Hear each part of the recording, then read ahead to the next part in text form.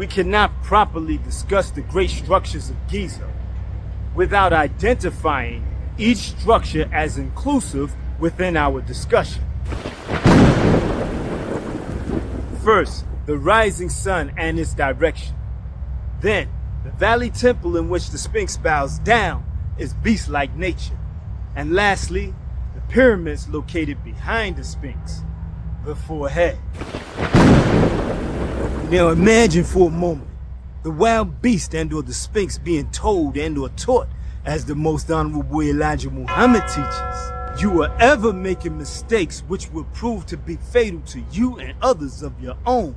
If you can only recognize the time and knowledge of yourself and kind, the knowledge of the others who are on the same planet rotating around the sun daily, you would know who you are, and you should know who you are, as well as know your planet and its consistency, and remember at all times how you were brought here through our parents 400 years ago, and how our parents were mercilessly brought here against their will. They did not ask to come, but were forced and used for merchandise to be sold and resold for 300 years like livestock and wild beasts. End of quote. Message to the Black Man in America, page 41. Located behind the forehead of man resides a pyramidal structure of the brain known as the frontal lobe. The frontal lobes are important for the voluntary movement, expressive language, and for managing higher level executive functions.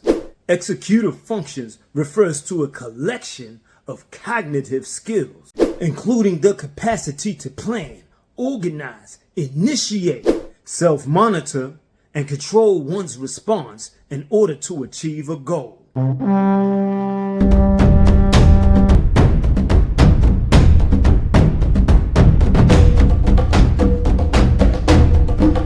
Imagine once again, the black man and woman of America being told and or taught, as the most honorable Elijah Muhammad continues to teach, accept your own, that which you have been dead to the knowledge of, now that God has come in your midst to resurrect you and put you in your place of authority.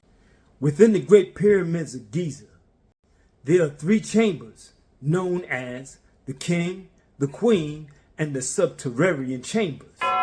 Within the hemispheres of the brain, there just so happens to be 3 significant chambers and or parts. These chambers are known as the frontal, the parietal, and the temporal lobe. The genius of an ancient people to create with such accurate detail the construction of neuroscientific structure capable of delivering its message to the remains of its once great people thousands of years in advance. That's right, I said it. Neuroscience structures. That's what the pyramids are, and I'll prove it. Separating the frontal lobes from the other complex structures of the brain are Sylvian fissures. Sylvian fissures are deep sulcus or grooves within the brain that separates the frontal, the parietal, and the temporal lobe. Okay, the brain has 3 main sulcus. They are known as the central sulcus, the lateral sulcus, and the parietal sulcus. When compared to the so-called ear shafts of the great pyramids of Giza, the idea of the sulcus of the brain is supreme. What do I mean by this? Let me explain. Notice the central sulcus of the brain and the shafts of the king's chamber, both in the uppermost chambered position.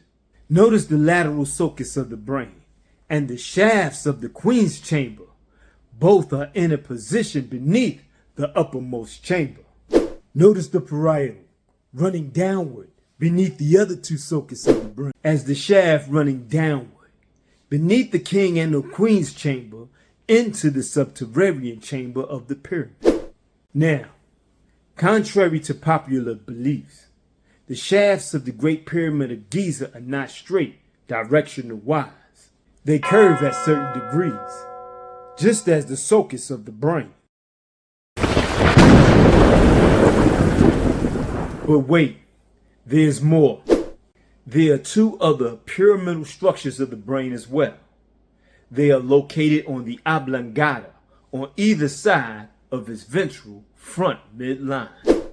There just so happens to be two more large pyramids of Giza as well, one on either side of his ventral front midline.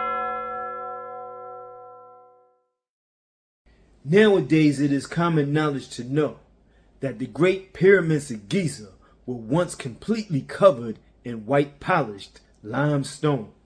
The limestone covering is just about all gone from the pyramids. Only one pyramid has a portion of limestone remaining atop its structure, the central of the three gigantic pyramids of Giza, the Pyramid of Khafra. Also, I need y'all to remember this part. Only a few blocks of limestones remain at the pyramid's base at the corners.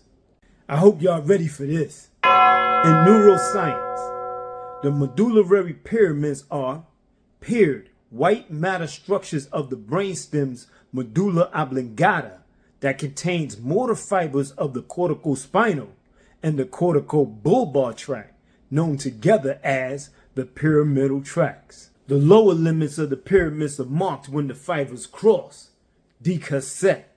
Okay now, let's do a recap of what we have just examined. We've observed the pyramid located behind the forehead of the Sphinx, in comparison to the pyramidal structure of the brain located behind the forehead of man. We have analyzed the three chambers of the pyramids of Giza in comparison to the three lobes of the brain of man. We've made clear examinations of the so-called shafts of the Great Pyramids of Giza in comparison to the sulcus of the brain of man.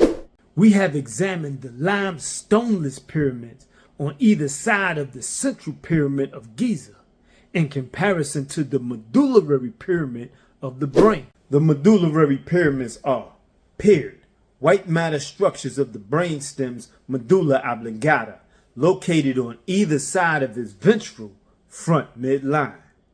The central pyramidal structure of the brain of man. Raise your hand if you did not know you had all these pyramids inside the brain. This is a mic drop moment. But wait, there's more.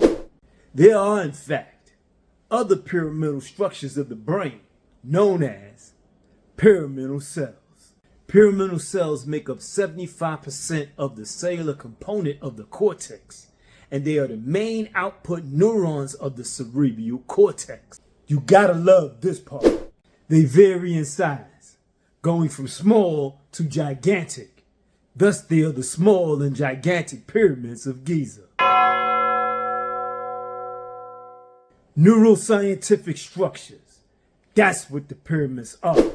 The genius of a people, being able to see thousands of years in advance and to create such great structures that will convey with such precision the very information needed for the resurrection of a people made livestock and or wild beast other than themselves. In closing, Elijah Muhammad inspired new mind, new thought, new way of civilization among black people. But he wanted a house from which a light could be lifted up to give guidance to all who would be guided as this world begins to close down.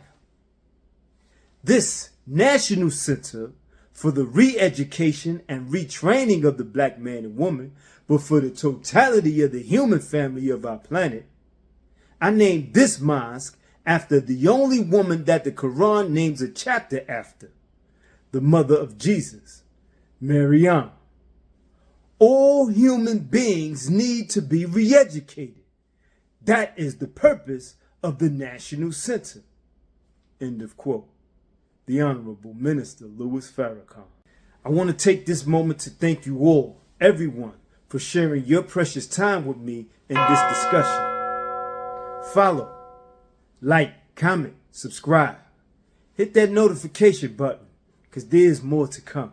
And above all, share this material with everyone.